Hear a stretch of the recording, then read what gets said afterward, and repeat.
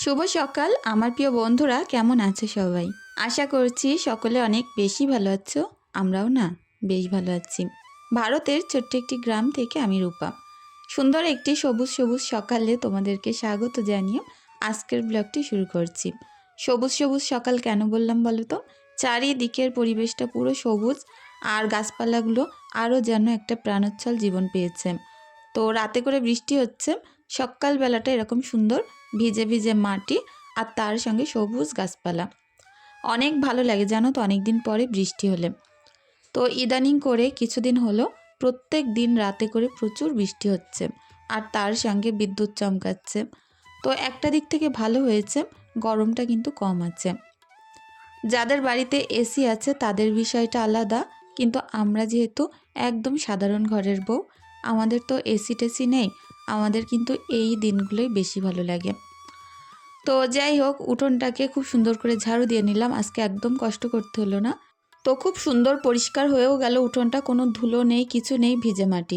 ঝড়ের তাণ্ডব, রাতে কি অবস্থা হয়েছে দেখো। চারিদিকে চাল তো নষ্ট, পানি পড়ে উনানের অবস্থা খারাপ, কাদা কাদা হয়ে গেছে। যেখান থেকে পা দিচ্ছি এক চটনা করে পায়ের সাথে উঠে আসছে। এই জায়গাটা দেখে এত খারাপ লাগছে সকালবেলা, কি বলবো। আমার ভয় লাগছে, অনেকগুলো লম্বু গাছ আছে আমাদের এখানে, আর যে গাছগুলো অনেক দিন থেকে কষ্ট করে বড় করা হয়েছে, প্রত্যেকটার মাথা এত লম্বা লম্বা, পাতাগুলো ছাড়তে পারছি না। গাছগুলো এত দোল খাচ্ছিল না, মনে হচ্ছে ভেঙেই পড়বে। এখনো পর্যন্ত কটা দিন শুনছি এরকমই বৃষ্টি হবে রাতে করে, তো দেখা যাক। এমনিতে গরমটা কম, কিন্তু এই যে ঝড়ের জন্য অনেক সমস্যা হচ্ছে।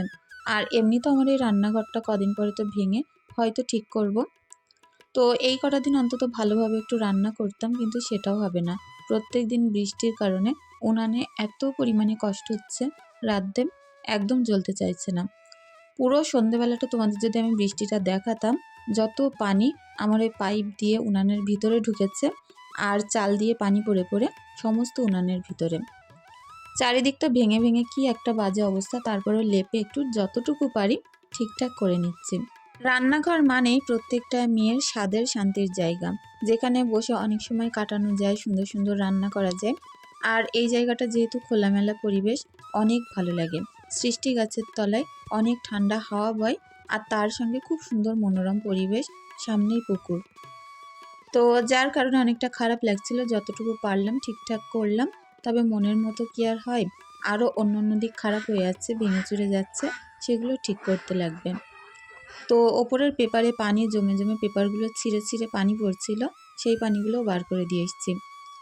আর কি বলতো, যেহেতু উপরে পেপার টেপার বাসটাই দিয়ে চাল পাতা ছিল, ইঁদুরের সমস্ত পেপার কেটে কেটে নষ্ট করে দিয়েছে।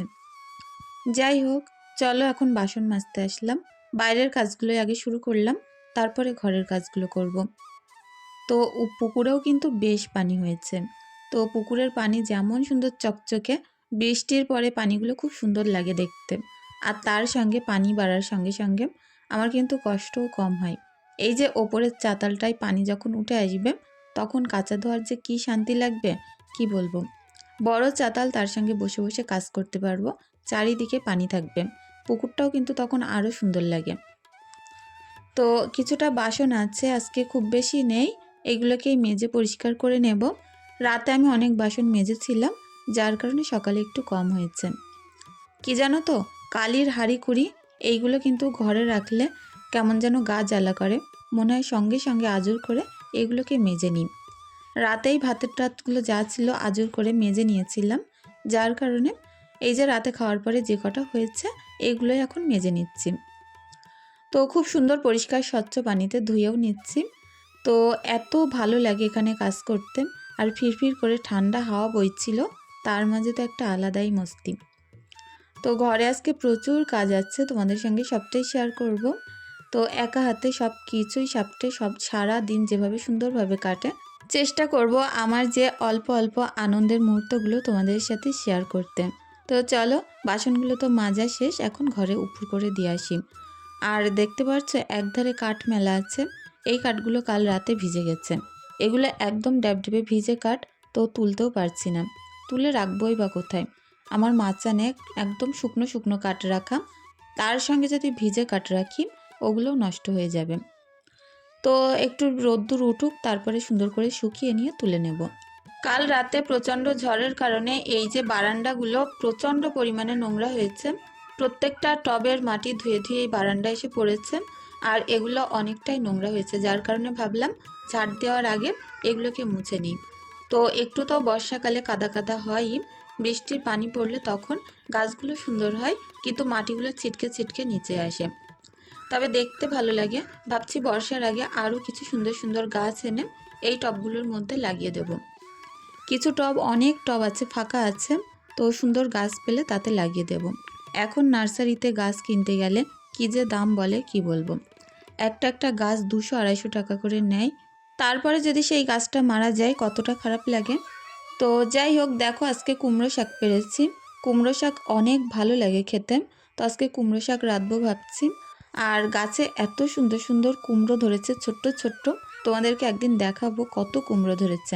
জানি না সেগুলো টিকবে কি না, তারপরেও ধরছে তো ভালো লাগে। আগাছা মতনই বলতে পারো হয়েছে গাছটা, আমরা কিন্তু পুঁতিনি, আপন ইচ্ছায় হয়েছে, আর সুন্দর কুমড়োও হচ্ছে।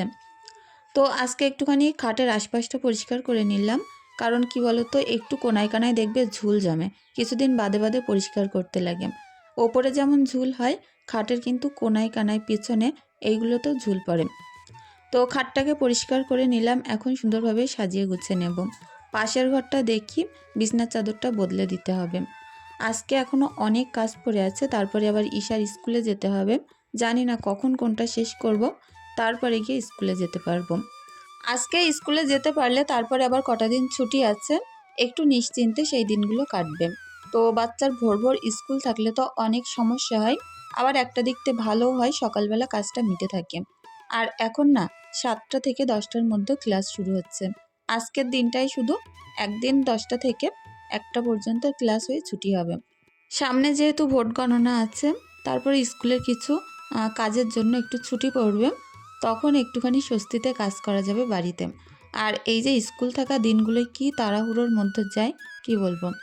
তো চলো, ঘরটাকে পরিষ্কার করলাম, আর এতগুলো ধুলো মতো বার হলো। আমার যেহেতু দেয়ালে একটু একটু নোনা লেগেছে, কিছু কিছু জায়গা থেকে হোয়াইট সিমেন্টগুলো ঝরে পড়ছে, যার কারণে যখনই এই খাটের তলাটা পরিষ্কার করি এরকম অল্প অল্প হোয়াইট সিমেন্টের গুঁড়ো বার হয়। ইচ্ছে আছে একা একা এক কৌটো রং কিনে এনে রং করব, তো এই যে ছুটির টাইমগুলোয় যদি সময় পাই তখন ছাড়া কিন্তু হবে না। তো দেখা যাক কিসে কি করতে পারি। চিন্তাভাবনা তো অনেক কিছুই থাকে, কিন্তু কোনো কিছুই হয়ে ওঠে না পরিস্থিতির ওপরে। বাইরে যাব এখন, দেখো অনেকটা জামা কাপড় একটু ভিজে ভিজে আছে, এগুলোকে মেলে দেব।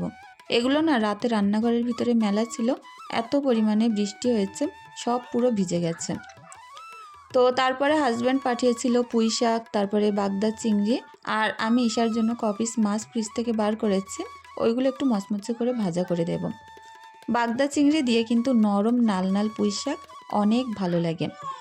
তো আদা রসুনগুলো বাটা করে নিচ্ছি। শিলনোড়ায় বাটা আদা রসুন আর তার সঙ্গে উনানের রান্না দারুণ কম্বিনেশন, অনেক ভালো লাগে জানো তো। গ্রাম্য গ্রাম্য একদম ফিলিংস, তার সঙ্গে দুর্দান্ত টেস্ট। আর যে কোনো জিনিস দেখবে রয়ে সয়ে ধৈর্য সহকারে করলে সেটা কিন্তু আরও ভালো হয়। তো এখানে একটু বেশি পরিমাণেই তেল দিলাম, কিছুটা রসুন থেতো দিলাম ফ্লেভারের জন্য।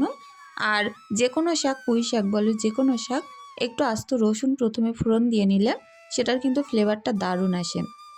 তারপরে দিলাম আদা রসুন বাটা, তারপরে অনেকগুলো এই যে বাগদা মাছ ছিল সেগুলো দিয়ে দিলাম। এগুলো খুব একটা সাইজে বড় না, মিডিয়াম সাইজের। তো যেহেতু শাক করব এই কারণে মিডিয়াম সাইজেরই আনিয়েছি, যদি এমনি সবজি টবজি বানাতাম তখন একটু বড় সাইজের নিতাম। তারপরে এর মধ্যে একটু লবণ, হলুদ, তারপরে একটু লঙ্কার গুঁড়ো, এগুলো দিয়ে মাছটাকে খুব সুন্দর করে আরও একটু কিছুক্ষণ ভাজা ভাজা করে নিয়ে কষানো পানি দিয়ে দিলাম। আর এর মধ্যে পুঁই শাকগুলো তুলে দেব। এগুলো যেমন মোটা মোটা আর ঠিক তেমন নরম পুঁই শাক, এই পুঁই শাক খেতে কিন্তু অনেক ভালো লাগে। আজকে যে পরিমাণে কাঠকুটো নরম ভিজে ভিজে, তেমন রোদ্দুরও নেই, সেইভাবে কিন্তু কাঠকুটো জ্বলতে চাইবে না। ওই কারণে একটা বস্তা ভর্তি করে কিছুটা নারকেল পাতা রেখেছিলাম, তাই দিয়ে উনানে জাল দিচ্ছি। ওপর থেকে ভাজা জিরে মরিচের গুঁড়ো ছড়িয়ে দিয়ে ভালোভাবে পুঁইশাকটাকে কষিয়ে নিয়ে এখন একটু ঝোল দিয়ে দিচ্ছি। তো চলো, সুন্দরভাবে এখন একটু ফুটিয়ে তারপরে নামিয়ে নেব। বললাম না কপিস মাছ রেখে দিয়েছি, তেলাপিয়া মাছ, ওইগুলোকে একটু ঈশার জন্য কড়া করে ভাজা করে দেব। তো মাছ ভাজা করতে গেলে একটু বেশি করেই তেল নিতে হয়। এর মধ্যে অল্প একটু নুন, হলুদ, আদা রসুন বাটা মাখিয়ে রেখেছিলাম, তাই দিয়ে মাছগুলো কড়া করে ভেজে নিলাম। তো ফ্রিজের মাছ কিন্তু কড়া করেই ভাজতে হয়, তা নয় কেমন একটা গন্ধ লাগে। যে কোনো কাঁচা মাছ কাঁচা কাঁচা ঝোল করলে অনেক ভালো লাগে, কিন্তু ফ্রিজে রেখে দিলে সেই মাছটা স্বাদ গন্ধ একটু হলেও কিন্তু চেঞ্জ হয়। তো যাই হোক, ওই তেলের মধ্যে আরেকটু তেল দিয়ে এখন ঢ্যাঁড়স আলুটা ভাজা করে নেব। আর এই ঢ্যাঁড়স আলু ভাজাটা কোনো ঝাল টাল দেবো না, হালকা এরকমভাবে নুন হলুদ দিয়ে হালকা হালকা ভাজা করে তুলে নেব। তো এটা আমাদের বাড়িতে সবাই খেতে অনেক ভালোবাসে। ঢ্যাঁড়সগুলো হালকা একটু মোটা মোটা করে কেটেছি। তো চলো বন্ধুরা, আজকের ভিডিওটি এখানেই শেষ করছি। সকলে অনেক ভালো থেকো, সুস্থ থেকো, আমাদের জন্য একটু দোয়া রেখে যেও।